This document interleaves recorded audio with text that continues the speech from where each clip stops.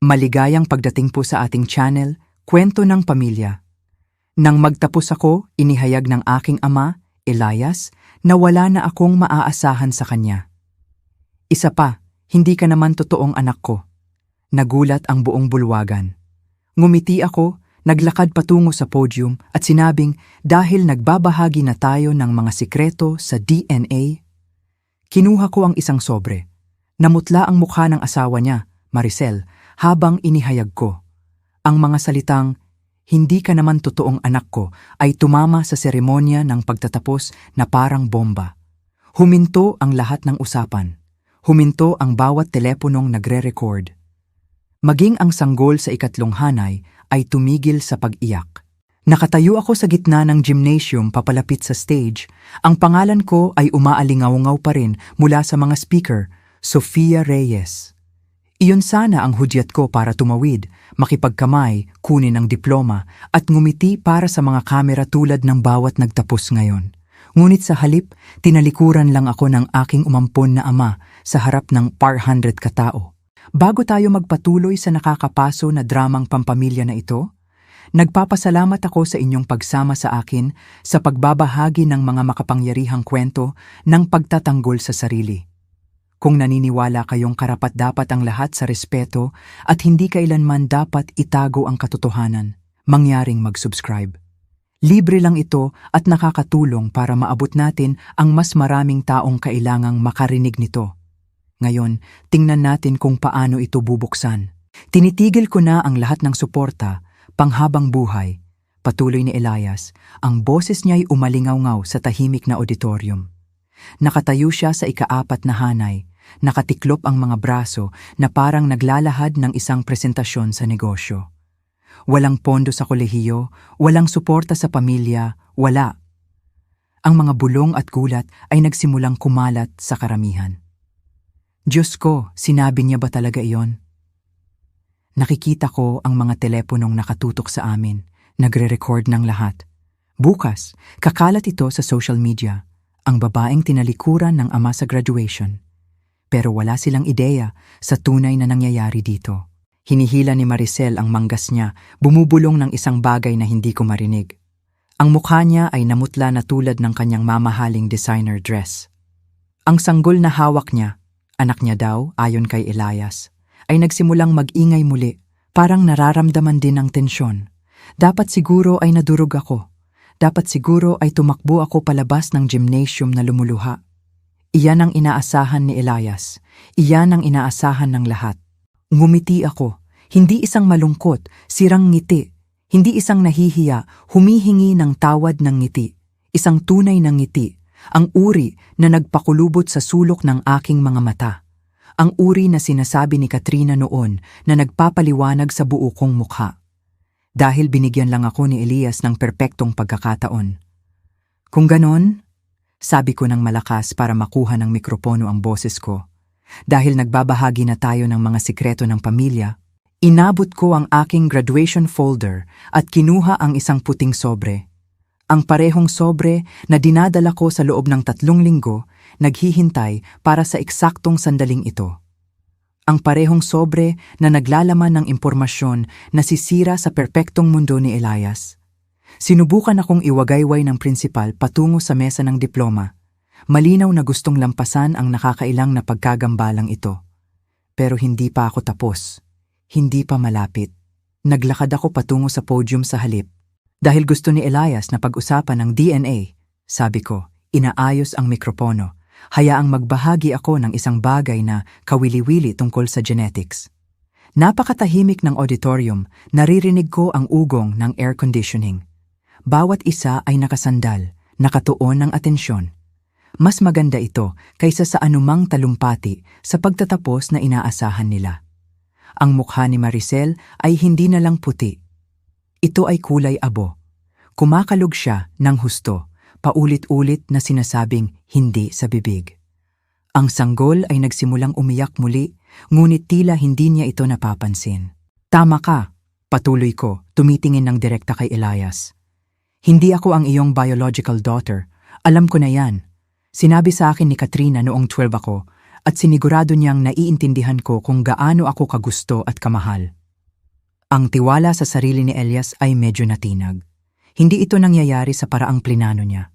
Ngunit heto ang tungkol sa mga sikreto ng DNA, sabi ko, hawak ang sobre. Minsan ang mga taong nagtatapon ng bato ay nakatira sa pinakamalaking bahay na salamin. Binuksan ko ang sobre ng dahan-dahan, sinasadya. Ang kaluskos ng papel ay napakalakas sa tahimik na gymnasium. Ang anak mo, ang mahalagang sanggol na ipinagmamalaki mo sa loob ng 6 na buwan, ay hindi mo pala talaga anak. Ang pagsabog ng gulat at bulungan ay agad-agad. May mga taong tumayo, inunat ang leeg upang makita ng mas mahusay. Nagre-record ang mga telepono mula sa bawat anggulo. Nakikipagrelasyon si Maricel sa kapatid mo, si Javier, sa loob ng higit sa 1 taon. Patuloy ko, matatag ang boses sa kabila ng mabilis na tibok ng aking puso. Ang sanggol na hawak niya ngayon. Iyon ang pamangkin mo, hindi ang anak mo. Nanginginig ang mga binti ni Elias. Napaupo siyang bigla, parang pinutol ang mga sinulid niya. Ang bibig niya'y bumubuka at sumasara, ngunit walang lumalabas na tunog. Gumawa si Maricel ng parang nasasakal na tunog at nagmamadaling tumakbo patungo sa labasan, dala pa rin ang sanggol.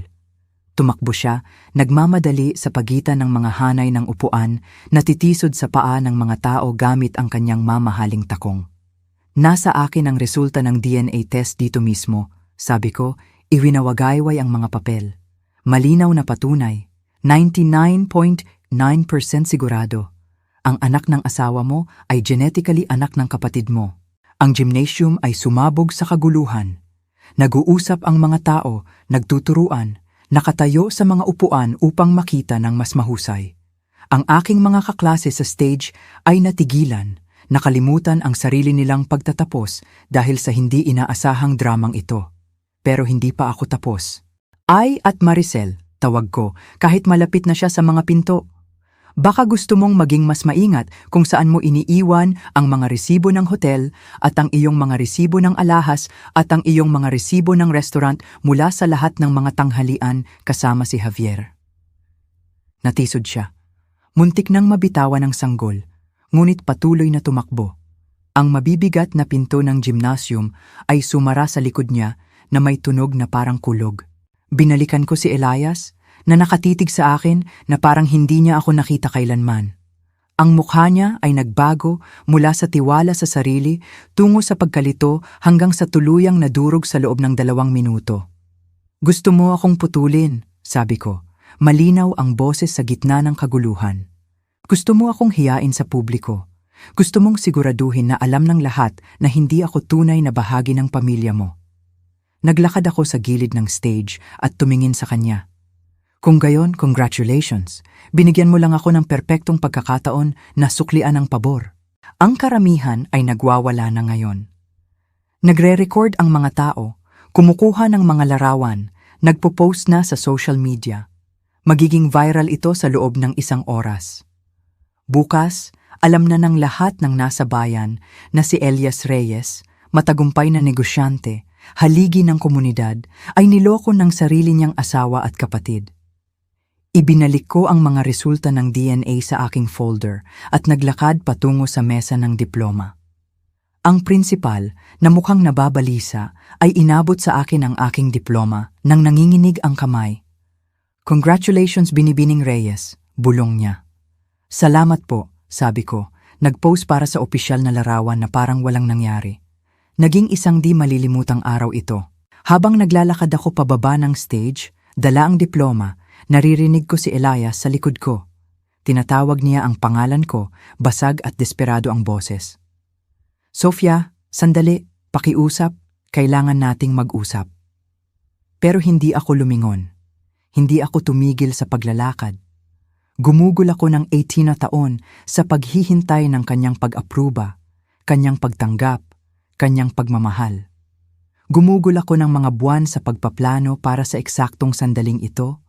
Alam na maaga o huli ay susubukan niya akong itulak palabas ng buhay niya.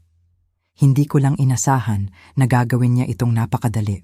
Ang bitag na itinayo niya para sa akin, ang pampublikong kahihiyan, ang sinadyang kalupitan, ay bumalik sa kanya ng napakalinaw. Gusto niya akong palayain ng tahimik upang mawala ako ng walang gulo. Sa halip, binigyan niya ako ng perpektong stage para sa aking paghihiganti. At ang pinakamagandang bahagi, ang bawat salita na sinabi ko ay totoo. Ang DNA test, ang relasyon, ang mga resibo ng hotel. Mayroon akong patunay ng lahat. Mga buwan ng maingat na investigasyon, ng pagsunod kay Maricel, ng pagkolekta ng ebidensya. Akala ni Elias ay napakatalino niya, napaka-strategic. Akala niya ay kaya niya akong manipulahin sa paraang minanipula niya ang lahat sa kanyang buhay. Nagkamali siya. Habang tinutulak ko ang mga pinto ng gymnasium, naririnig ko pa rin ang kaguluhan sa likod ko. Mga taong sumisigaw ng mga tanong, mga teleponong nagri-ring, ang prinsipal na desperadong sinusubukang ibalik ang kaayusan. Ngunit tapos na ako sa lahat ng yon. Tapos na kay Elias, tapos na sa kanyang huwad na pamilya, tapos na sa pagpapanggap na nagpapasalamat sa mumunting pagmamahal. Mayroon akong diploma, mayroon akong scholarship sa Columbia, at mayroon akong kasiyahan na malaman na minsan ang pinakamahusay na paghihiganti ay ang katotohanan lang. Ang parking lot ay halos walang tao. Ang lahat ay nasa loob pa rin, nakatutok sa kanilang mga upuan dahil sa drama. Naglakad ako patungo sa aking luma at gasgas na Honda, inihagis ang aking graduation cap sa likod ng upuan at sinimulan ang makina. Sa aking rearview mirror, nakikita kong nagsisimulang lumabas ang mga tao mula sa gymnasium. Nag-uusap ng excited, nakadiin ang mga telepono sa kanilang mga tainga. Ngumiti ako muli at umalis. Hayaan silang magsalita. Hayaan ang buong bayan na magsalita. Sa wakas, malaya na ako. Ang biyahe pa uwi mula sa graduation ay tumagal ng 50 na minuto. Ngunit ang isip ko ay naglakbay pabalik ng 18 taon sa mga ilang milya na iyon. Habang nagmamaneho ako patungo sa aking apartment complex, ang maliit na one-bedroom na inuupahan ko simula noong mag-18 ako, bumalik ang mga alaala na parang tubig na dumadaloy sa isang sirang dam. 2 taong gulang ako nang iuwi nila ako. Napakabata para maalala ang aktwal na adoption, ngunit sapat na ang edad para hindi kailanman naramdaman na ganap na akin ang bahay. Ipinakita sa akin ni Katrina ang mga photo album kalaunan. Ako bilang isang toddler, malaman ng pisngi at mahiyain, nakakapit sa binti niya habang si Elias ay nakatayo sa likod na parang nagpo-pose para sa isang business portrait sa halip na larawan ng pamilya. Si Katrina ay ang lahat ng dapat maging isang ina.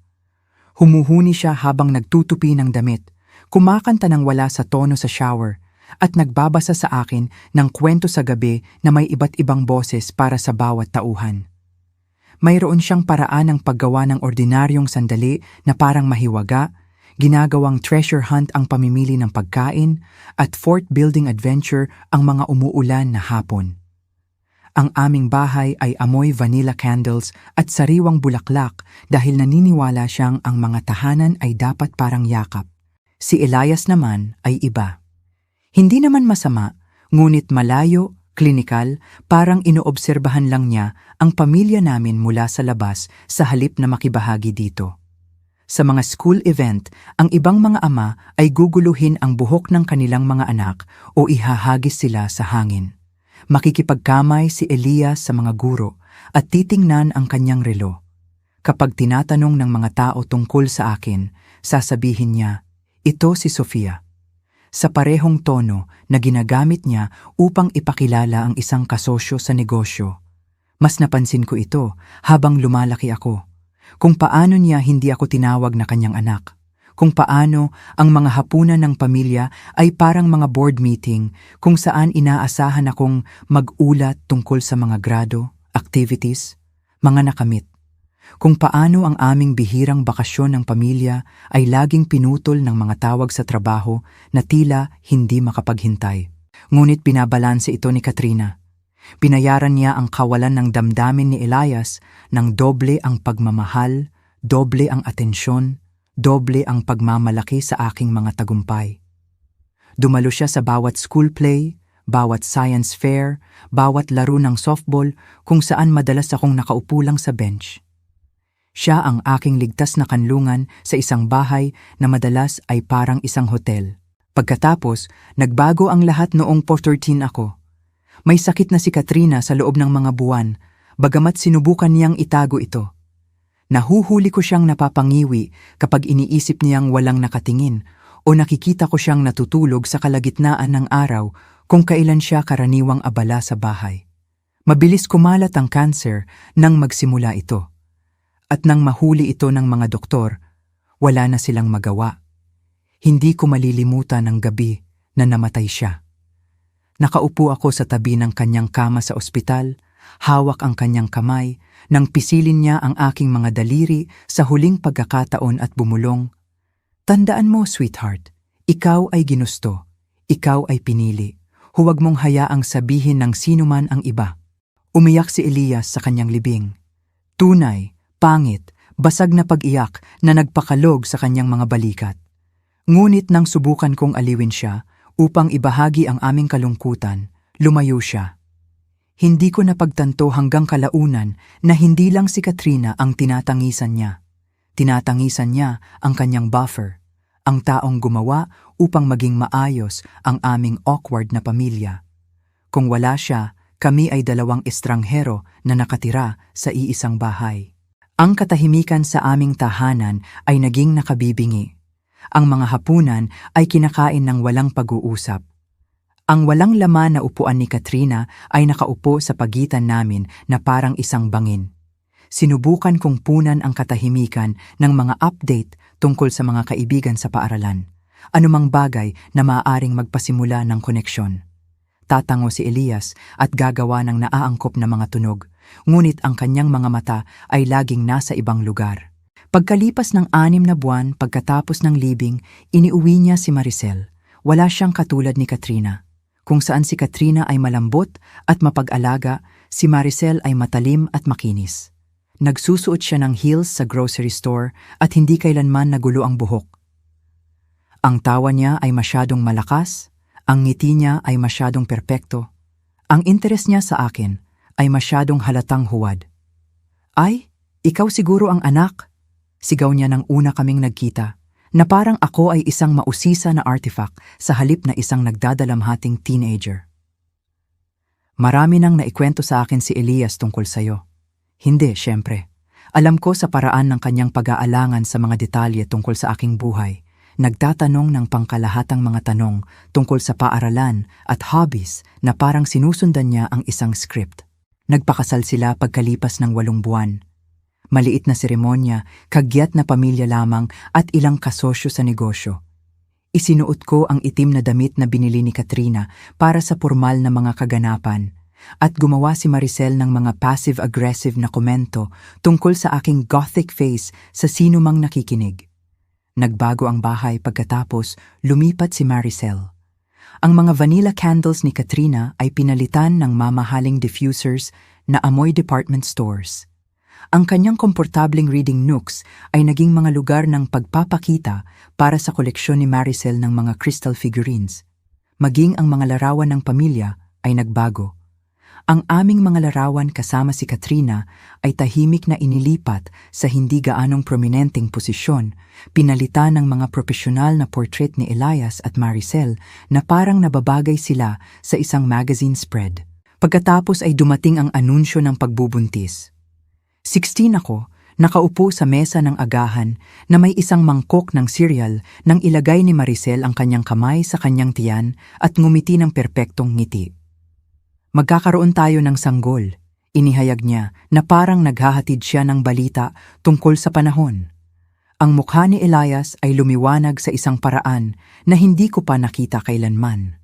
Purong kagalakan, tunay na excitement, ang uri ng ekspresyon na ginugol ko ng mga taon na umaasa na magbigay ng inspirasyon. Niyakap niya si Maricel, pinaikot-ikot siya sa kusina habang tumatawa ito at nagpuprotesta na baka mahilo siya. Nakaupo ako doon, ang kutsara ay nasa kalagitnaan ng aking bibig. Pinapanood ang pagpapakita ng kaligayahan na walang kinalaman sa akin. Sa unang pagkakataon sa buhay ko, tunay kong naintindihan na ako ang outsider sa pamilyang ito, ang placeholder, ang obligasyon na natupad, ngunit hindi kailanman niyakap. Ito ang aming pangalawang pagkakataon, sabi ni Elias nang gabing iyon. Ang kanyang kamay ay nakapatong ng protektibo sa tiyan ni Maricel. Ang aming pagkakataon na gawin ito ng tama. Ang implikasyon ay malinaw. Ako ay practice, isang trial run. Ang sanggol na ito ang magiging tunay na bagay. Doon ako nagsimulang lumayo. Ginugol ko ang mas maraming oras sa library. Nananatili hanggang sa oras ng pagsasara at naglalakad pa uwi sa mga tahimik na kapitbahayan kung saan maaari akong mag-isip. Nagkaroon ako ng part-time job sa isang lokal na tindahan ng libro, bahagyang para sa pera, ngunit higit sa lahat para sa dahilan na maging sa ibang lugar. Ang paaralan ay naging aking kanlungan. Mga club, study group, volunteer work, anumang bagay upang maiwasan ang pag-uwi upang panoorin si Elias at Maricel na maglaro ng bahay-bahayan. Dumating ang sanggol noong isang Martes ng Marso. Isang lalaki, perpekto at malusog na may maitim na buhok at mausisa na mga mata. Pinangalanan nila si Marco at umiyak muli si Elias, masayang luha sa pagkakataong ito. Hawak niya ang kanyang anak na parang gawa sa pinong salamin. Bumubulong ng mga pangako tungkol sa lahat ng mga bagay na gagawin nila ng magkasama. Lahat ng mga paraan na magiging isang mabuting ama siya. Nanood ako mula sa pintuan ng silid ng ospital. Hindi nakikita tulad ng dati at nagtaka kung hinawakan niya ako kailanman sa ganoong paraan noong maliit pa ako. Ngunit sa mga huling gabi na pagbisita sa ospital, una kong napansin ang isang kakaibang bagay. Si Javier, ang nakababatang kapatid ni Elias, ay tila gumugol ng napakaraming oras sa ospital. Mas maraming oras kaysa sa karamihan ng mga tiyuhin.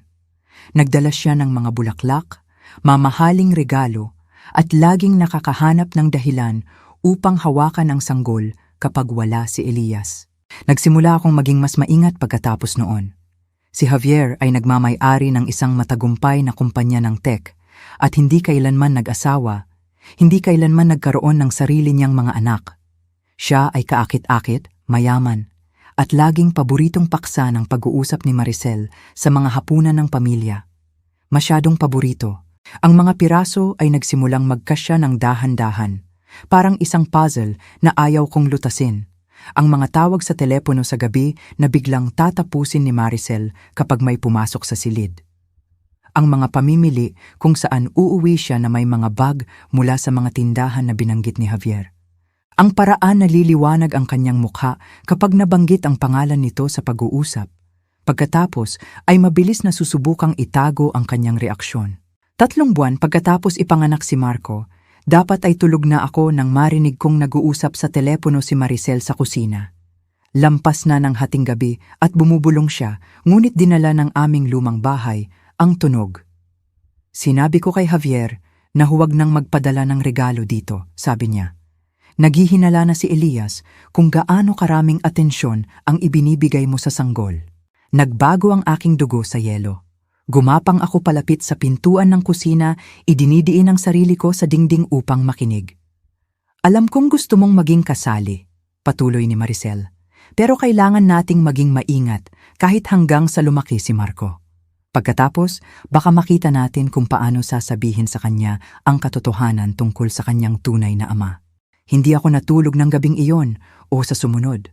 Nakahiga ako sa kama, nakatingin sa kisame, pinoproseso ang narinig ko, sinusubukang magpasya kung ano ang gagawin sa impormasyon. Ang isang bahagi ko ay gustong magmartsa pababa at harapin silang dalawa. Ang isang bahagi ko ay gustong sabihin agad kay Elias, ngunit ang isa pang bahagi ko, ang bahagi na nanonood at naghihintay at nangongolekta ng mga clue sa loob ng maraming taon, ay nagpasya na maging matiyaga upang mangalap ng mas maraming ebidensya, upang bumuo ng isang kaso na hindi maitatanggi o maipapaliwanag.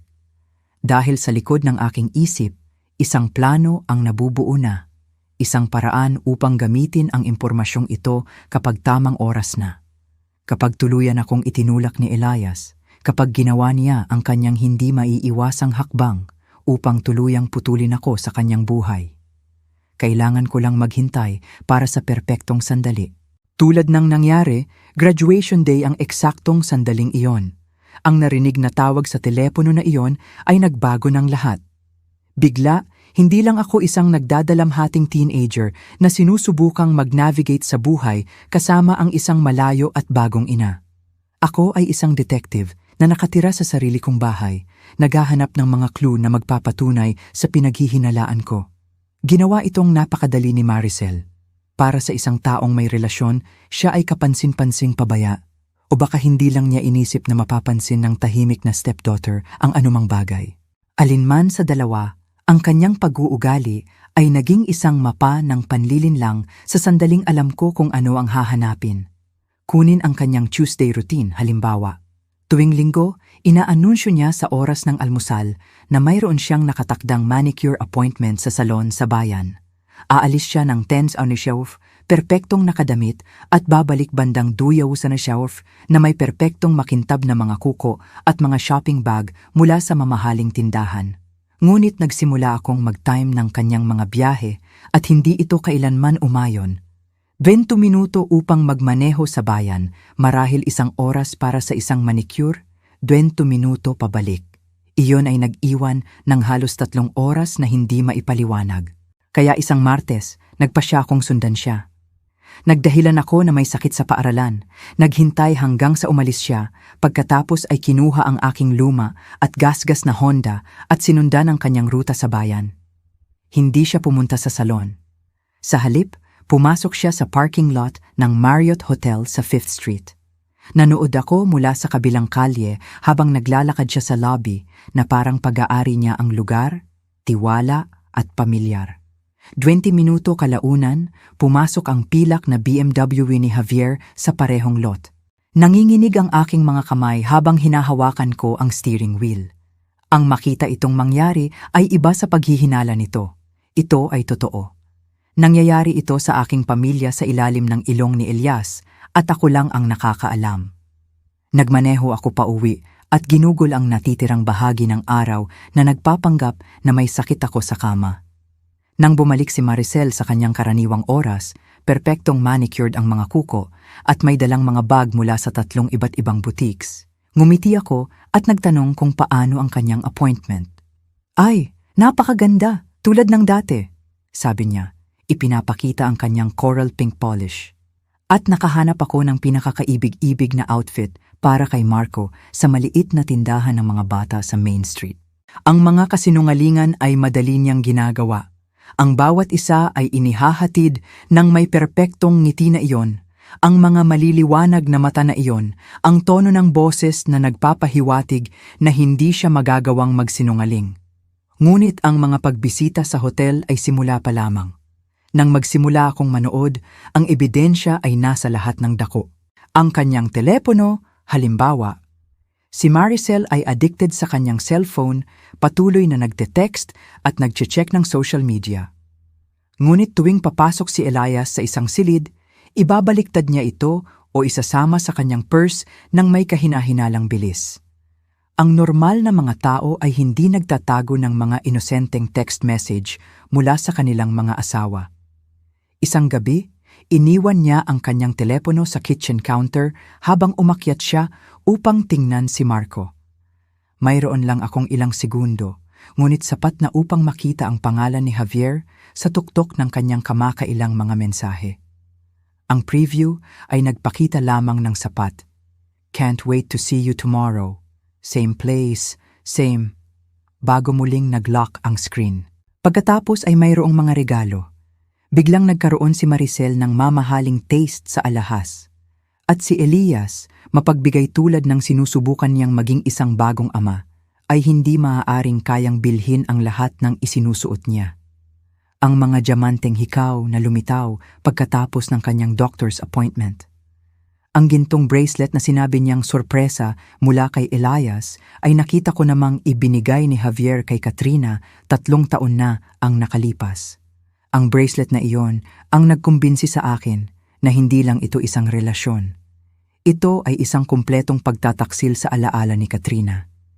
Ibinigay iyon ni Javier sa aking ina para sa kanyang kaarawan at isinuot niya ito ng palagian hanggang sa nagkasakit siya ng husto para alalahanin ang alahas.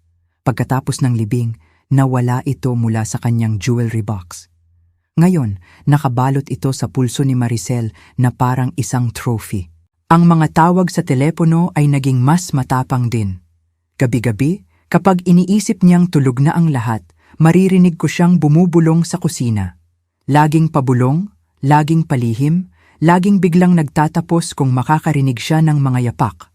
Isang gabi, gumapang ako pababa at nahuli ang mga fragment sa pinto. Told you Elias doesn't suspect anything. Just have to be patient until Marco is older. No, it's hard, but we can't risk. Idiniin ko ang sarili ko sa dingding, humahampas ang puso, sinusubukang hulihin ang bawat salita. Ngunit si Maricel ay masyadong maingat. Pinapanatili ang kanyang boses na halos isang bulong. Gayunpaman, sapat ang narinig ko upang malaman na tama ang aking mga hinala. Ang pinakamalaking ebidensya ay nagmula sa isang hindi inaasahang pinagmulan. Si Marco mismo. Ang mga sanggol ay hindi nagsisinungaling. Hindi sila maaaring manipulahin o magpanggap o magtanghal. Habang lumalaki si Marco mula sa isang newborn tungo sa isang sanggol, ang kanyang mga tampok ay naging mas natatangi at sinuman na may mga mata ay makikita na hindi siya kamukha ni Elias. Kung saan si Elias ay may asul na mata at tuwid na brown na buhok, si Marco ay may maitim, halos itim na mga mata at buhok na kulot sa mga gilid. Ang kanyang mga kamay ay mahaba at payat tulad ng kay Javier. Ang kanyang ngiti ay nakatagilid sa eksaktong parehong paraan tulad ng kanyang tiyuhin. Maging ang kanyang tawa, isang natatanging musikal na giggle, ay purong Javier. Ngunit ang tunay na palatandaan ay dumating noong si Marco ay halos 4 na buwan na. Binobounce siya ni Maricel sa kanyang kandungan, gumagawa ng mga nakakatawang mukha upang patawanin siya ng madulas ito. Halika, maliit na Jay, cooed niya. Ngumiti para kay Mommy, hindi Marco. Isang pinaikli para kay Javier. Agad niyang nahuli ang sarili, sumulyap sa paligid upang makita kung may napansin. Nakaupo ako sa mesa ng kusina, nagpapanggap na gumagawa ng homework, ngunit narinig ko ang bawat salita. Nagtagpo ang aming mga mata sa loob lamang ng 1 segundo at nakita ko ang isang bagay na kumikislap sa kanyang mukha. Takot marahil o pagkalkula. Ibig kong sabihin, little guy. Mabilis niyang sinabi, ngunit ang kanyang boses ay masyadong maliwanag, masyadong pilit. Nang gabing iyon, ginawa ko ang aking desisyon. Ang mga hinala at narinig na pag-uusap ay hindi sapat. Kung may gagawin ako sa impormasyong ito, kailangan ko ng patunay na hindi matututulan o maipapaliwanag. Kailangan ko ng agham. Ang pagkuha ng mga DNA sample ay mas madali kaysa sa inaasahan ko. Si Javier ay dumating para sa hapunan sa sumunod na linggo tulad ng ginagawa niya karamihan sa mga weekend. Habang nakikipaglaro siya kay Marco sa sala, kinuha ko ang ilang hibla ng buhok mula sa banyo na ginamit niya. Ang buhok ni Elias ay nagmula sa kanyang brush sa master bedroom, madaling kunin kapag abala si Maricel sa ibang lugar. Ang sample ni Marco ang pinakamahirap, ngunit ang mga sanggol ay patuloy na naglalaway at naglalagay ng mga bagay sa kanilang bibig. Naghintay ako hanggang sa iniwan ni Maricel ang isang pacifier sa coffee table at tahimik itong ipinasok sa isang plastic bag. Ang paghahanap ng isang DNA testing lab na makikipagtulungan sa isang 17 taong gulang ay mas mahirap. Karamihan ay nangangailangan ng pahintulot ng magulang o legal na dokumentasyon, ngunit nakahanap ako ng isang maliit na pribadong lab sa kabilang bayan na nagtanong ng mas kaunting mga tanong nang magbayad ako ng cash at ipinaliwanag na ito ay para sa isang school science project. Ang technician, isang mukhang pagod na babae sa kanyang 50s, ay halos hindi tumingin sa aking mga sample. Standard paternity test, kumpirma niya. Results in 2 to 3 weeks. You'll get a call when they're ready. Ang 3 linggo na iyon ay torture. Araw-araw, pinanood ko si Maricel na ginagawa ang kanyang charade ng perpektong asawa at ina. Pinanood ko si Elias na nagliliwanag sa pagmamalaki sa kanyang anak. Pinanood ko si Javier na bumisita ng masyadong madalas, hawakan si Marco ng masyadong matagal, at tumingin kay Maricel ng may masyadong intensity. At araw-araw, nagtataka ako kung ano ang gagawin ko kapag dumating ang mga resulta. Sasabihin ko ba agad kay Elias? Harapin si Maricel ng pribado? Panatilihin ang impormasyon bilang insurance para sa ilang krisis sa hinaharap? Dumating ang tawag noong isang Huwebes ng hapon. Nasa trabaho ako sa tindahan ng libro nang tumunog ang aking telepono. Miss Reyes, this is Linda from Accuracy Labs. Your test results are ready for pickup. Nanginginig ang aking mga kamay nang ibaba ko ang telepono. Ito na, ang sandali ng katotohanan. Kapag nakita ko ang mga resultang iyon, wala nang babalikan, wala nang magpapanggap na hindi ko alam ang alam ko. Nagmaneho ako patungo sa lab pagkatapos ng trabaho. Ang aking tiyan ay umikot sa kaba. Inabot sa akin ni Linda ang isang selyadong sobre na may pangalan ko. Everything you need is in there, sabi niya. The results are pretty conclusive. Umupo ako sa aking kotse sa parking lot ng lab, nakatitig sa sobre. Ang isang bahagi ko ay gustong punitin ito agad. Ang isang bahagi ko ay gustong itapon ito at magpanggap na wala sa lahat ng ito ang nangyari kailanman. Sa halip, nagmaneho ako pauwi at itinago ang sobre sa aking silid-tulugan, nakatago sa pagitan ng mga pahina ng aking lumang kopya ng Jane Eyre. Ang paboritong libro ni Katrina, ang isa na binasa niya sa akin nang hindi mabilang na beses noong maliit pa ako. Tila angkop sa paanuman, itinatago ang ebidensya ng mga sikreto ng isang pamilya sa loob ng isang kwento tungkol sa isa pang ulilang babae na natagpuan ang kanyang lugar sa mundo. Hindi ko binuksan ang sobre. Hindi ng araw na iyon, hindi ng linggong iyon, hindi kahit nang dumating ang graduation day. Dahil sa likod ng aking isip, alam kong inililigtas ko ito para sa isang bagay. Isang sandali kung kailan ko ito kailanganin ng higit sa lahat. Isang sandali kung kailan tuluyan akong itutulak ni Elias at kailangan ko ang perpektong sandata upang itulak pabalik. Tulad ng nangyari, hindi ko na kailangang maghintay ng matagal. Ang sobre ay nanatili sa aking libro ng Jane Eyre sa loob ng 2 linggo, parang isang nakakargang baril na naghihintay na paputukin. Maaari ko itong binuksan ng 2 beses, maaari kong hinarap si Maricel o sinabi kay Elias ng pribado. Ngunit may isang instinct na nagsabi sa akin na maghintay, hayaang si Elias ang gumawa ng unang hakbang. Ang hakbang na iyon ay dumating sa umaga ng graduation. Nasa aking silid-tulugan ako, naghahanda para sa seremonya nang marinig ko ang mga boses na nagtatalo sa ibaba. Ang matalim na tono ni Maricel ay tumagos sa mga dingding. Hindi mo ito maaaring seryosohin, Elias. Anak mo siya. Adopted daughter, malamig na pagwawasto ni Elias. At oras na para matuto siyang tumayo sa sarili niyang mga paa. Matagal ko na siyang sinuportahan. Gumapang ako sa tuktok ng hagdan, nakikinig habang nagtatalo sila sa kusina. Umiiyak si Marco sa kanyang high chair, marahil ay nararamdaman ng tensyon. Pero putulin mo ang pondo niya sa kolehiyo? Pilit ni Maricel. Ngayon sa graduation? Perpekto ang timing, sagot ni Elias. Pampubliko, pangwakas, walang puwang para sa negosasyon o emosyonal na manipulasyon mamaya. Kailangan niyang maunawaan na hindi siya karapat-dapat sa anumang bagay dahil lang binigyan namin siya ng bubong sa kanyang ulo. Nagbago ang aking dugo sa yelo. Plinano niya ito. Hindi ito isang kusang sandali ng pagkabigo. Ito ay kinalkula. Gusto niya akong hiyain sa harap ng lahat upang tiyakin na hindi ako magkakaroon ng lakas ng loob na humingi sa kanya ng anumang bagay kailanman muli. Nagdamit ako ng maingat ng umagang iyon, pinipili ang aking pinakamahusay na outfit. Hindi para sa kanya, kundi para sa akin. Kung ito ang magiging huling performance ko bilang anak ni Elias Reyes, magiging akma ako sa part. Isinuot ko ang mga resulta ng DNA sa aking graduation folder sa tabi mismo ng aking mga speech notes na alam kong hindi ko na mababasa. Ang biyahe patungo sa paaralan ay puno ng tensyon. Patuloy na sumusulyap si Maricel sa akin sa rearview mirror, ang kanyang karaniwang maliwanag na daldal ay pinalitan ng nerbiyos na katahimikan. Nakatitig si Elias ng diretsyo, ang kanyang panga ay nakatakda sa paraang nangangahulugang nagpasya na siya.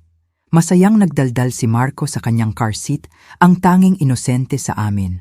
Sa gymnasium, pinanood ko ang mga pamilyang kumukuha ng kanilang mga upuan, handa ang mga kamera, nagniningning ang mga mukha ng pagmamalaki. Nagdala ang pamilya Hendersons ng mga balloon. Gumawa ang pamilya Patel ng isang banner. Mga normal na pamilya na nagdiriwang ng normal na mga tagumpay.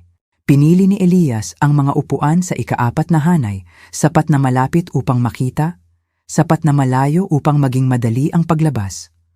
Umupo siya na nakatiklop ang kanyang mga braso, patuloy na sinusuri ang kanyang telepono. Binabalanse ni Maricel si Marcos sa kanyang kandungan.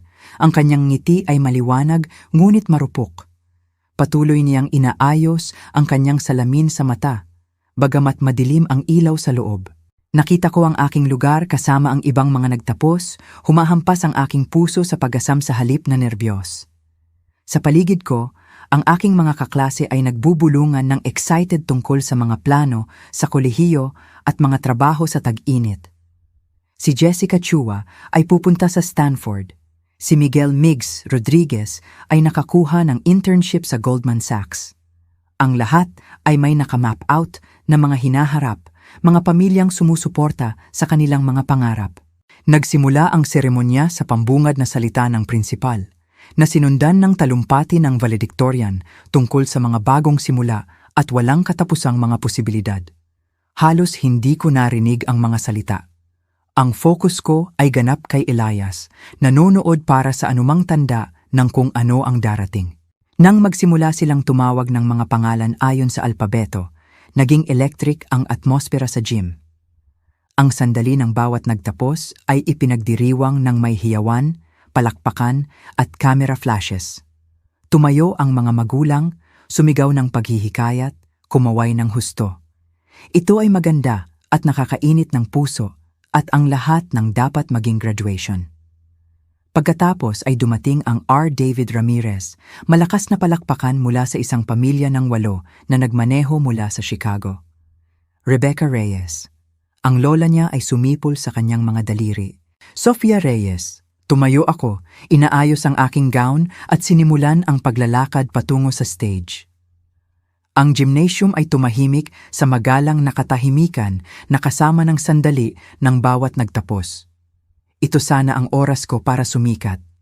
Ang sandali ko ng tagumpay pagkatapos ng mga taon ng pagsisikap.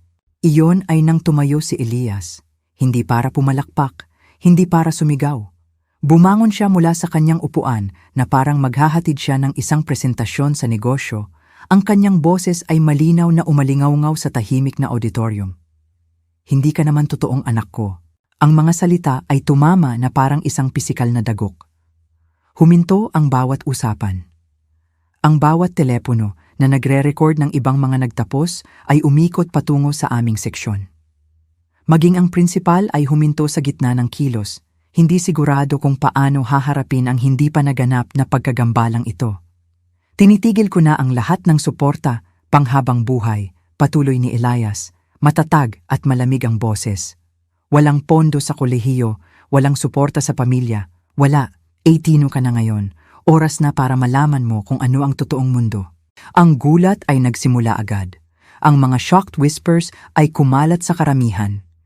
Nakikita ko ang mga magulang na tinatakpan ang tainga ng kanilang mga anak.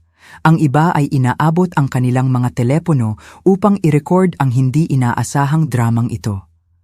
Ang aking mga kaklase sa stage ay nakatayo ng natigilan, nakalimutan ang sarili nilang pagdiriwang. Hinihila ng husto ni Maricel ang manggas ni Elias, ang mukha niya ay namumutla sa takot. Elias, pakiusap, bulong niya. Hindi dito, hindi ganito. Pero hindi pa siya tapos. Hindi siya karapat-dapat sa anumang bagay mula sa pamilyang ito. Ginawa ko ang aking obligasyon. Binigyan ko siya ng bahay, ng edukasyon, lahat ng kailangan niya upang maging independent. Pero hindi ko siya dugo at hindi siya kailanman magiging. Ang gymnasium ay naging ganap na tahimik ngayon. Maging si Marco ay tumigil sa pagdaldal na parang nararamdaman ang bigat ng sandali. 400 katao ang nakasaksi sa aking pampublikong pagtatakwil at bukas, kakalat ito sa social media. Dapat siguro ay nadurog ako. Dapat siguro ay tumakbo ako palabas ng gymnasium na lumuluha. Iyan ang inaasahan ni Elias. Iyan ang inaasahan ng lahat. Sa halip, naramdaman ko ang isang bagay na hindi ko pa naranasan kailanman. Purong crystalline clarity. Ito ang sandali ko. Hindi ang sandaling plinano niya para sa akin, ngunit ang sandaling hinihintay ko nang hindi nalalaman ito. Binigyan niya lang ako ng perpektong pagkakataon, ang perpektong stage, ang perpektong audience para sa kung ano ang gagawin ko. Naglakad ako patungo sa podium sa halip na sa mesa ng diploma. Sinubukan akong ilihis ng prinsipal, ngunit marahan akong umiling. Kailangan kong magsalita ng isang bagay. Sabi ko, ang aking boses ay dinala sa pamamagitan ng mikropono. Ang auditorium ay napakatahimik, naririnig ko ang ugong ng air conditioning. Ang bawat isa ay nakasandal, naghihintay na makita kung paano ito bubuksan. Dahil nagbabahagi tayo ng mga sikreto ng pamilya, simula ko, matatag ang boses sa kabila ng mabilis na tibok ng aking puso. Sa tingin ko ay patas lamang na malaman ng lahat ang buong katotohanan. Inabot ko ang aking graduation folder at kinuha ang sobre. Ang parehong sobre na naghihintay ng matiyaga sa aking libro ng Jane Eyre sa loob ng 2 linggo. Ang parehong sobre na naglalaman ng bala na kailangan ko upang gawing ibang bagay ang kahihiyang ito. Tama ka, Elias, patuloy ko. Sinadyang gamitin ang kanyang unang pangalan sa halip na tawagin siyang dad. Hindi ako ang iyong biological daughter. Alam ko na iyan. Ang aking ina, ang tunay kong ina, si Katrina, ang nagsabi sa akin ng katotohanan nang sapat na ako upang maunawaan ito. Sinigurado niyang alam ko kung gaano ako kagusto, kung gaano ako kamahal. Ang tiwala sa sarili ni Elias ay nagsimulang natinag. Hindi ito nangyayari ayon sa kanyang script. Ngunit ito ang isang bagay na hindi mo alam tungkol sa DNA at mga sikreto ng pamilya. Sabi ko, pinubuksan ang sobre ng may sinadyang kabagalan. Ang anak mo, ang mahalagang sanggol na ipinagmamalaki mo sa loob ng 6 na buwan, ay hindi mo rin biological child. Ang pagsabog ng gulat at bulungan ay agad-agad. May mga taong tumayo, inunat ang leeg upang makita ng mas mahusay. Nagre-record ang mga telepono mula sa bawat anggulo. Nakikipagrelasyon si Maricel sa kapatid mo, si Javier, sa loob ng higit sa 1 taon. Inihayag ko. Malinaw ang boses sa gitna ng kaguluhan. Ang sanggol na hawak niya ngayon, iyon ang pamangkin mo, hindi ang anak mo. Ang mukha ni Elias ay dumaan sa isang serye ng mga pagbabago. Pagkalito, pagdududa, pag-uumpisa ng takot. Ang kanyang mga binti ay tila bumigay at bumagsak siya sa kanyang upuan na parang may pumutol sa kanyang mga sinulid. Gumawa si Maricel ng parang nasasakal na tunog at nagmamadaling tumakbo patungo sa labasan. Hawak pa rin si Marco. Tumakbo siya, nagmamadali sa pagitan ng mga hanay ng upuan, natitisod sa paa ng mga tao gamit ang kanyang mamahaling takong. Nasa akin ang resulta ng DNA test dito mismo. Patuloy ko, hawak ang opisyal na mga papel. 99.9% sigurado. Ang anak ng asawa mo ay mayroong DNA mo, ngunit hindi sa paraang iniisip mo. Si Javier ang biological father. Ang gymnasium ay sumabog sa ganap na kaguluhan. Nag-uusap ang mga tao, nagtuturuan, nakatayo sa mga upuan upang makita ng mas mahusay. Ang aking mga kaklase sa stage ay natigilan, nakabukas ang kanilang mga bibig, pero hindi pa ako tapos. Tumango ako ng direkta sa mga pinto kung saan naglaho si Maricel. Ay at Maricel, baka gusto mong maging mas maingat tungkol sa kung saan mo iniiwan ang iyong mga resibo ng hotel, at ang iyong mga resibo ng alahas, at ang iyong mga resibo ng tanghalian mula sa lahat ng mga romantikong date na iyon kasama si Javier. Ang mabibigat na pinto ay sumara na sa likod niya, ngunit alam kong narinig niya ako. Narinig ako ng lahat. Binalikan ko si Elias na nakatitig sa akin na parang hindi niya ako nakita kailanman. Ang kanyang mukha ay nagbago mula sa tiwala sa sarili tungo sa pagkadurog sa loob ng 3 minuto. Gusto mo akong putulin, sabi ko. Ang aking boses ay dala pa rin sa pamamagitan ng mikropono. Gusto mo akong hiyain sa publiko. Gusto mong siguraduhin na alam ng lahat na hindi ako tunay na bahagi ng pamilya mo. Naglakad ako sa gilid ng stage, tumingin sa kanya. Kung gayon, congratulations. Binigyan mo lang ako ng perpektong pagkakataon na suklian ng pabor. Lumabas ako sa stage at dumiretso palabas ng gymnasium. Iniiwan ang isang karamihan na umaalingaw-ngaw pa rin sa shock at excitement. Ang parking lot ay tila surreal pagkatapos ng kaguluhan sa loob. Tahimik, mapayapa, parang pagtapak sa ibang mundo. Umupo ako sa aking Honda sandali, nanginginig ng bahagya ang mga kamay habang nagsisimulang mawala ang adrenaline. Ang aking telepono ay nagsimulang mag-buzz agad. Text pagkatapos ng text, tawag pagkatapos ng tawag. Mga kaklase, kaibigan, maging mga taong halos hindi ko kilala ay nakikipag-ugnayan, gustong malaman kung totoo ba ang nasaksihan nila. Pinatay ko ang telepono at nagmaneho pa uwi ng tahimik. Sa oras na dumating ako sa aking apartment, kumakalat na ang kwento sa labas ng mga dingding ng gymnasium. May nag-livestreamed ng buong paghaharap sa social media. Sa loob ng ilang oras, ang video ay nagkaroon ng libu-libong views, comments at shares. Ang mga headline ay nagsimulang lumabas sa mga lokal na news website. Graduation shocker, student exposes family's dark secret at DNA drama at high school ceremony. Pinanood ko ang lahat na nagaganap mula sa aking laptop na tila kakaiba ang pakiramdam na hiwalay sa kaguluhan na nilikha ko. Ang babae sa video, tiwala, composed, naghahatid ng nakakapinsalang balita nang may surgical precision ay halos hindi ako. Ngunit naroon ako, pinapanood ang sarili ko na sinisira ang isang pamilya sa real time.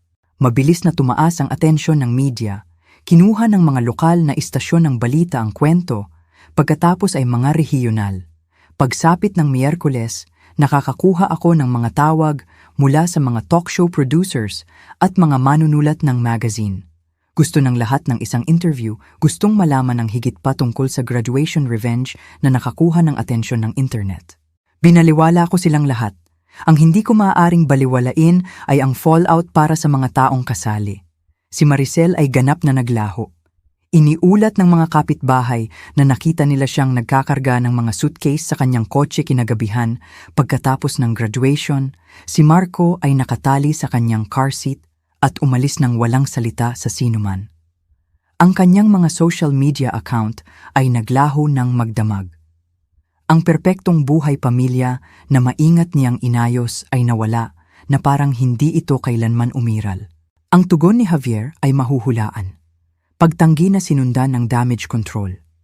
Kumuha siya ng isang lawyer at naglabas ng isang pahayag na nagsasabing gawa-gawa ang DNA test, na ang lahat ng ito ay isang masalimuot na hoax ng isang disturbed teenager na naghahanap ng atensyon.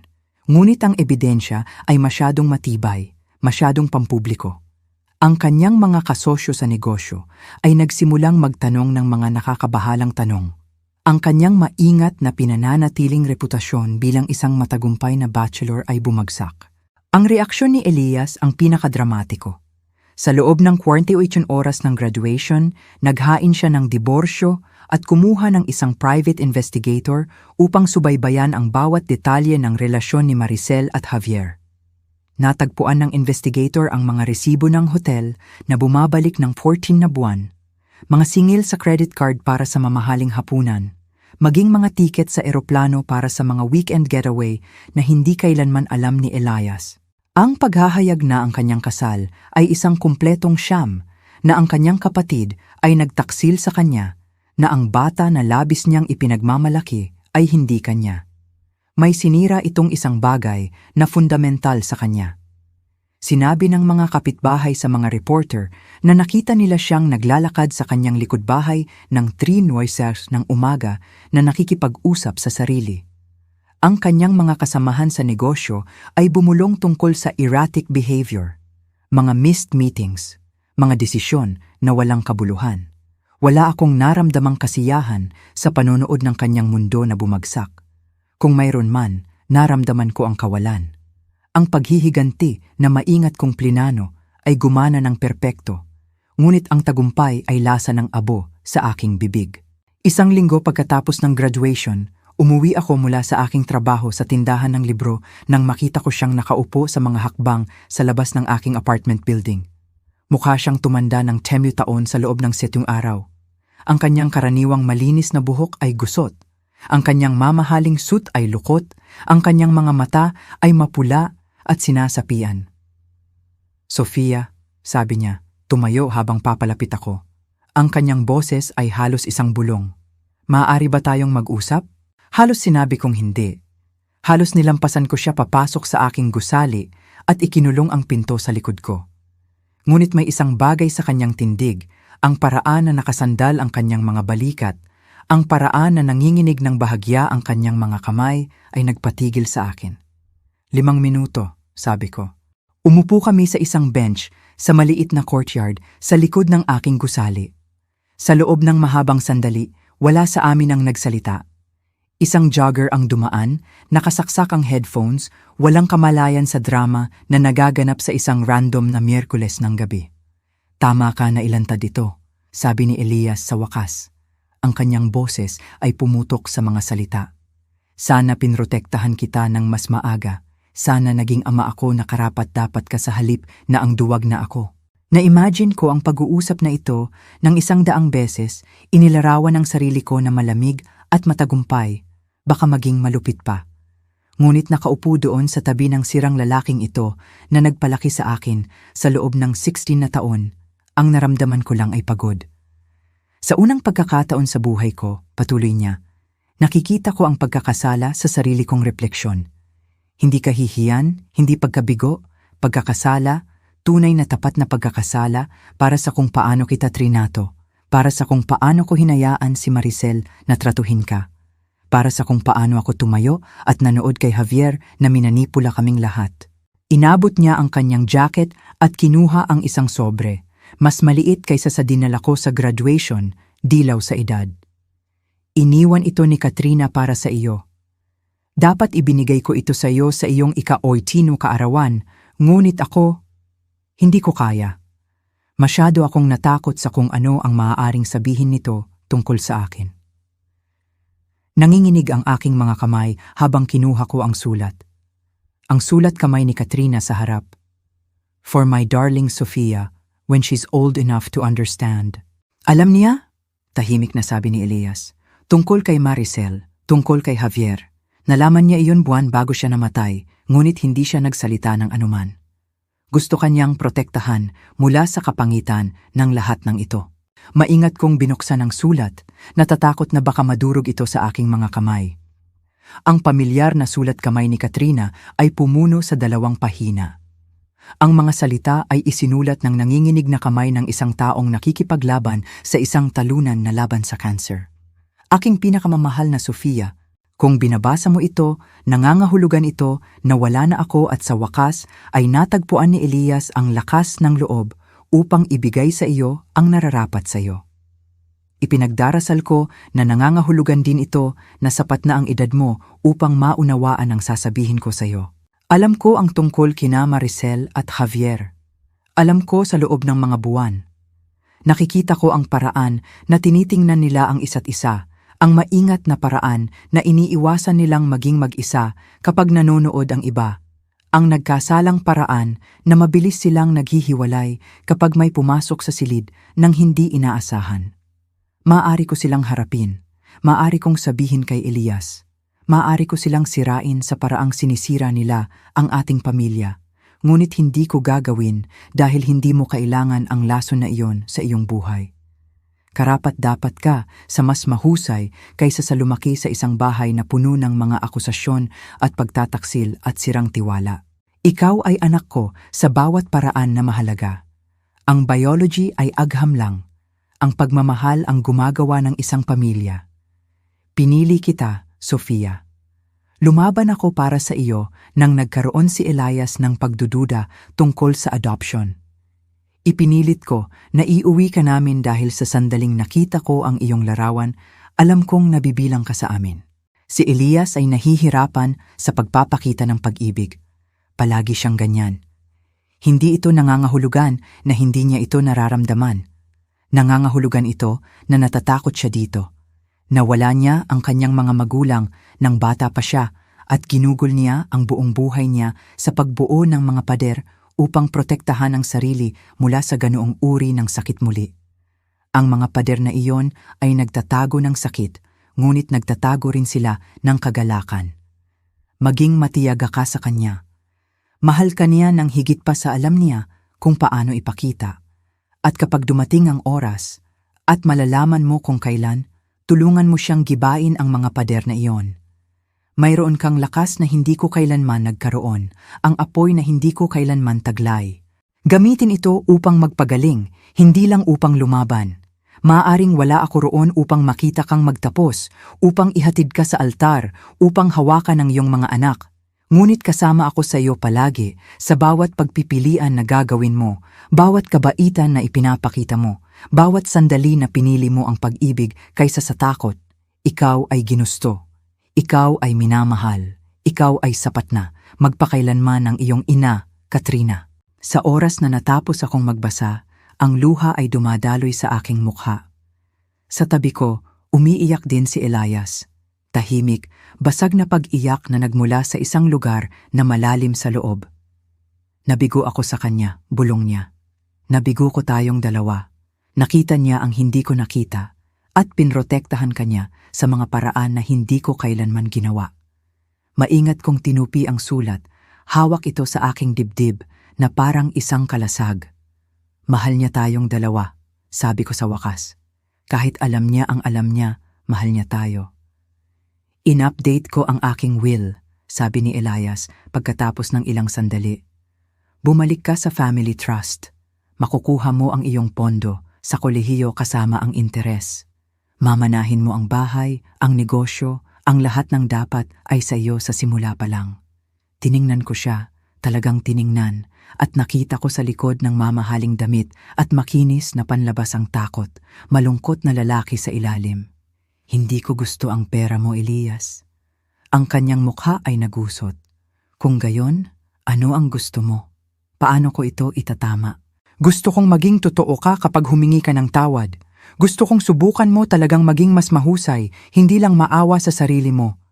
Tumayo ako, hawak pa rin ang sulat ni Katrina sa aking puso. At gusto kong tumigil ka sa pagtawag sa akin sa aking pangalan na parang ako ay isang estranghero. Gusto kong tawagin mo akong anak mo. Sa isang sandali, hindi siya makapagsalita. Nang sa wakas ay natagpuan niya ang kanyang boses, ito ay halos isang bulong. Mapapatawad mo ba ako, anak? Ang salita ay nanatili sa pagitan namin na parang isang tulay na itinatayo sa loob ng mga tao ng katahimikan at sakit. Inisip kong manatili sa galit, ang saktan siya sa paraang sinaktan niya ako. Inisip ko ang mga salita ni Katrina tungkol sa pagpili ng pag-ibig kaysa sa takot. Oo, sabi ko ng simple, pinapatawad kita. Hindi dahil sa karapat-dapat siya, hindi dahil madali ito, ngunit dahil ang pagkapit sa sakit ay isa lamang paraan ng pananatiling nakulong sa nakaraan. Ang pagpapalaya ay hindi tungkol sa kanya. Ito ay tungkol sa akin. Ito ay tungkol sa pagpili ng klase ng tao na gusto kong maging. Habang naglalakad ako patungo sa aking apartment building, narinig ko siya sa likod ko. Ang kanyang boses ay basag ngunit puno ng pag-asa. Salamat, Sofia. Salamat sa pagbibigay sa akin ng pagkakataon na maging mas mahusay. Hindi ako lumingon, ngunit ngumiti ako. Sa unang pagkakataon sa loob ng maraming taon, ang kinabukasan ay naramdaman na puno ng mga posibilidad sa halip na mga limitasyon. Ang mga kasinungalingan ay natapos na. Ang katotohanan ay nagpalaya sa aming lahat. Ang apartment ay naramdaman na iba pagkatapos ng pag-uusap na iyon kay Elias. Hindi mas malaki, hindi mas maliit, tila mas magaan lang, parang isang bigat na dinadala ko nang hindi ko napagtanto ay sa wakas ay naitaas. Tumayo ako sa aking bintana ng gabing iyon, nakatingin sa mga ilaw ng lungsod. At sa unang pagkakataon sa buhay ko, naramdaman ko ang tunay na kalayaan. Malaya na gumawa ng mga pagpipilian batay sa kung ano ang gusto ko, hindi kung ano ang inaakala kong kikitain ng pag-apruba ng isang tao. Malaya na tukuyin ang sarili ko sa pamamagitan ng sarili kong mga aksyon sa halip na pagtanggap o pagtanggi ng iba. Malaya na maging Sofia, hindi ang adopted daughter, hindi ang replacement child, hindi ang obligasyon na natupad, ako lang. Ang desisyon na lumabas sa bahay ni Elias ay natural na dumating pagkatapos noon. Nag-alok siya na hayaan akong manatili, nagmungkahi pa na maaari kaming magsimula ng sariwa sa ilalim ng parehong bubong. Ngunit alam ko ang mas mahusay. Ang pagpapagaling ay nangangailangan ng espasyo at ang paglago ay nangangailangan ng kalayaan. Kailangan kong patunayan sa sarili ko na maaari akong bumuo ng isang buhay ganap sa sarili kong mga termino. Ang pag-iimpake ng aking mga gamit ay tumagal lamang ng ilang oras. 18 taon ng buhay ay nagkasya sa 6 na cardboard boxes at 2 maleta. Karamihan sa aking mga pag-aari ay mga libro, mga novel na ibinigay sa akin ni Katrina, mga textbook mula sa high school, mga journal na itinago ko sa loob ng pinakamalungkot na taon. Ang natitira ay mga damit lang at ilang larawan namin ni Katrina. Habang nililinis ko ang aking desk drawer, nakakita ako ng isang bagay na nakalimutan ko. Isang maliit na kahon na kahoy na ibinigay ni Katrina sa akin para sa aking ika-13 kaarawan. Sa loob ay mga keepsake mula sa aking pagkabata. Ang una kong library card, isang pinindot na bulaklak mula sa aming hardin, isang tala na isinulat niya noong nawala ang una kong ngipin. Sa ilalim ng kahon ay isang bagay na nagpahinto sa aking hininga. Isang nakatuping piraso ng papel sa sulat kamay ni Katrina. Ito ay isang listahan na may pamagat na bakit namin pinili si Sofia na isinulat sa asul na tinta na kumupas sa loob ng mga taon. Mayroon siyang mausisa na mga mata, laging nanonood, laging nag-aaral. Ang kanyang ngiti ay nagpapaliwanag sa buong silid. Siya ay magalang sa pusa ng mga kapitbahay. Inayos niya ang kanyang mga laruan ayon sa kulay ng hindi tinatanong. Maayos na isip. Sinabi niya na salamat sa ilalim ng listahan sa ibang tinta, idinagdag niya. Sa wakas ay hinawakan siya ni Elias ngayong gabi. Talagang hinawakan. Sa tingin ko ay umiibig din siya. Umupo ako sa aking walang laman na kama. Hawak ang piraso ng papel na iyon at umiyak para sa lahat ng nawala sa amin at lahat ng natagpuan namin. Lumaban si Katrina para sa akin bago ko pa nalaman kung ano ang ibig sabihin ng pakikipaglaban. Nakita niya ang potensyal sa isang mahiyain na 2 taong gulang at nagpasya na bumuo ng isang buhay sa paligid ng pag-aalaga dito. Ang paglipat sa sarili kong lugar, isang maliit ngunit maaraw na studio apartment malapit sa campus, ay parang pagtapak sa aking tunay na buhay sa unang pagkakataon. Inayos ko ang aking mga libro sa mga floating shelves, isinabit ang mga larawan namin ni Katrina sa mga dingding, at lumikha ng isang espasyo na ganap na akin. Walang designer touches, walang mamahaling furniture, walang pressure na panatilihin ang ideya ng iba tungkol sa pagiging perpekto. Ang umaga pagkatapos kong lumipat, inaalis ko ang huling kahon nang makita ko ang mga journal ni Katrina. Iniligtas ko sila mula sa kanyang silid-tulugan pagkatapos siyang mamatay, ngunit hindi ko kailanman nagawang basahin sila. Masyadong sariwa ang kalungkutan, masyadong napakalaki ang kawalan. Ngayon, nakaupo ako nang nakakrus ang mga binti sa aking bagong sahig ng apartment. Binuksan ko ang una. Marso 15, nakipagkita sa Marso 22, sumasang-ayon na si Elias sa ideya. Sa tingin ko ay natatakot siya na makipag-ugnay sa isang mas matandang bata, natatakot na hindi niya kami tatanggapin. Sinabi ko sa kanya na ang pag-ibig ay hindi isang bagay na pinipilit. Ito ay isang bagay na nililikha mo, araw-araw, pagpipilian sa pamamagitan ng pagpipilian. Abril 3, aprobado na kami. Inaayos nila ang mga pagbisita sa susunod na linggo.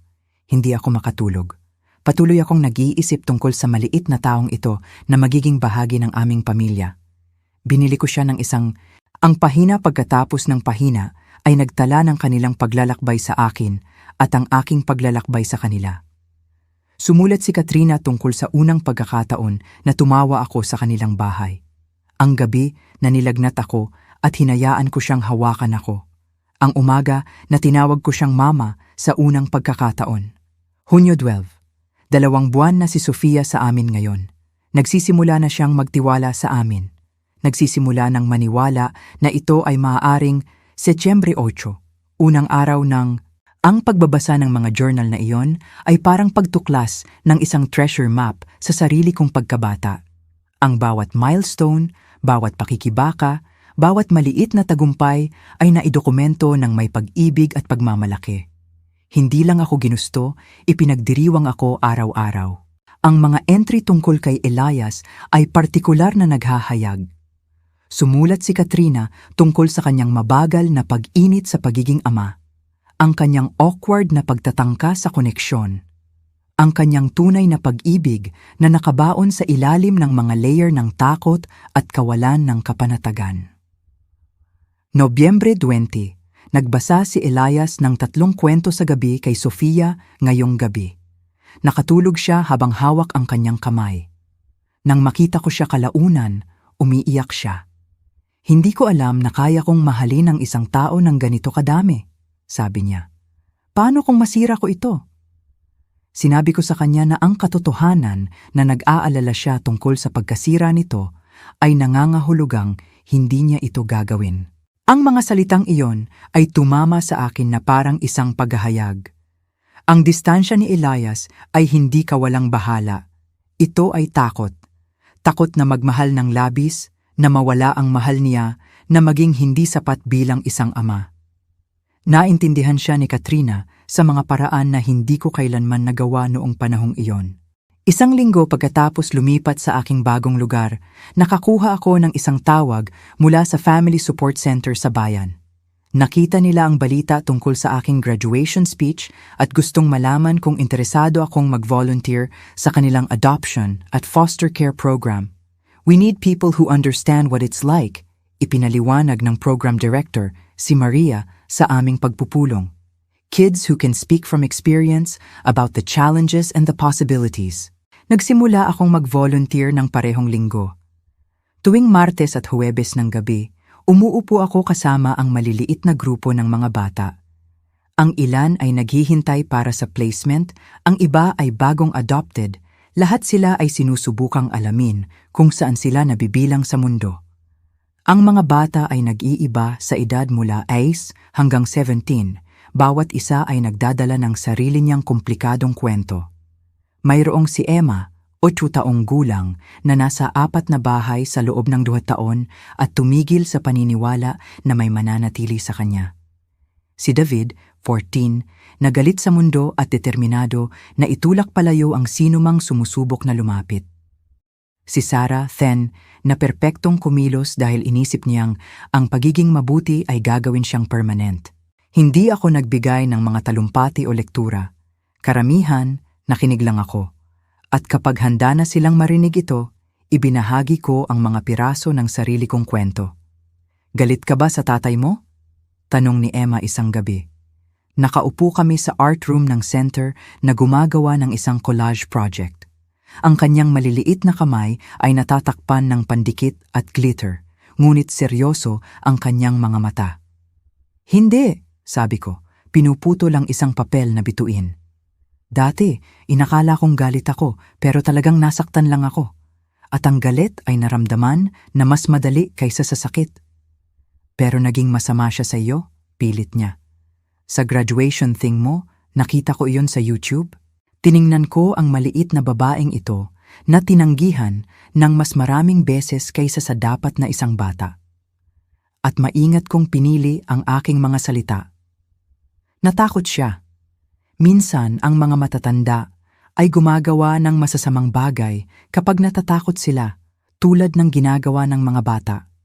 Ngunit hindi iyon ginagawang tama at hindi iyon nangangahulugan na kailangan mong hayaan silang saktan ka. Kaya, ano ang gagawin mo? Nagpapasya ka kung sino ang gusto mong maging, anuman ang ginagawa nila. Pinipili mo ang kabaitan kahit ang iba ay pinipili ang kalupitan. Itinatayo mo ang sarili mong pamilya kasama ang mga taong nagmamahal sa iyo kung sino ka. Ngumiti si Emma pagkatapos, isang tunay na ngiti, hindi ang maingat na isinusuot niya karaniwan. Maaari ba akong maging bahagi ng pamilya mo? Naramdaman ko ang aking puso na masira at gumaling sa parehong oras. Bahagi ka na, sweetheart. Ang lahat ng nasa silid na ito ay pamilya. 3 buwan pagkatapos ng graduation, nagpakita si Elias sa center sa panahon ng isa sa aking mga volunteer session. Nagulat akong makita siya sa lobby, mukhang hindi sigurado at wala sa lugar sa gitna ng artwork ng mga bata at mga motivational poster. "Sana ayos lang na dumating ako," sabi niya nang lumapit ako. "Gusto kong makita kung ano ang ginagawa mo dito." Ipinakilala ko siya kay Maria na nagbigay sa kanya ng tour habang tinatapos ko ang aking session sa mga bata. Nang lumabas ako mula sa art room pagkalipas ng 1 oras, nakita ko siyang nakaupo ng tahimik sa sulok, nanonood ng isang grupo ng mga teenager na naglalaro ng board games. "Pinapaalala nila sa akin ang tungkol sa'yo," sabi niya habang naglalakad kami patungo sa parking lot ng magkasama. Matatag, mas malakas kaysa sa alam nila. Nagsimula kaming kumain ng magkasama pagkatapos noon. Walang fancy, tahimik na pagkain lamang kung saan dahan-dahan kaming natuto kung paano mag-usap sa isa't isa. Sinabi niya sa akin ang tungkol sa kanyang pagkabata, tungkol sa pagkawala ng kanyang mga magulang sa isang aksidente sa kotse noong 16 siya, tungkol sa kung paano hinubog ng kawalan na iyon ang kanyang takot sa attachment. Sinabi ko sa kanya ang tungkol sa mga plano sa kolehiyo, tungkol sa aking trabaho sa center, tungkol sa taong nagiging ako. "Ipinagmamalaki kita," sabi niya isang gabi habang kumakain kami ng Chinese takeout sa aking maliit na apartment. "Hindi dahil sa kung ano ang nakamit mo o kung ano ang inilantad mo, kundi dahil sa kung sino ang pinili mong maging sa kabila ng lahat. Ang mga salitang iyon ay magiging lahat para sa akin noon. Ngayon, maganda lang marinig ang mga ito, isang bonus, hindi isang pangangailangan. Ang aking halaga ay hindi na nakasalalay sa kanyang pag-apruba." 6 na buwan pagkatapos ng graduation, nakatanggap ako ng isang hindi inaasahang package na walang return address. Sa loob ay isang photo album na puno ng mga larawan na hindi ko pa nakita. Ako bilang isang toddler na tumatawa sa mga braso ni Katrina. Ako sa 3 na tumutulong magtanim ng mga bulaklak sa hardin. Ako sa fimpa na nakadamit bilang isang prinsesa para sa Halloween, nakatayo sa pagitan ni Katrina at Elias na parang pag-aari ko ang mundo.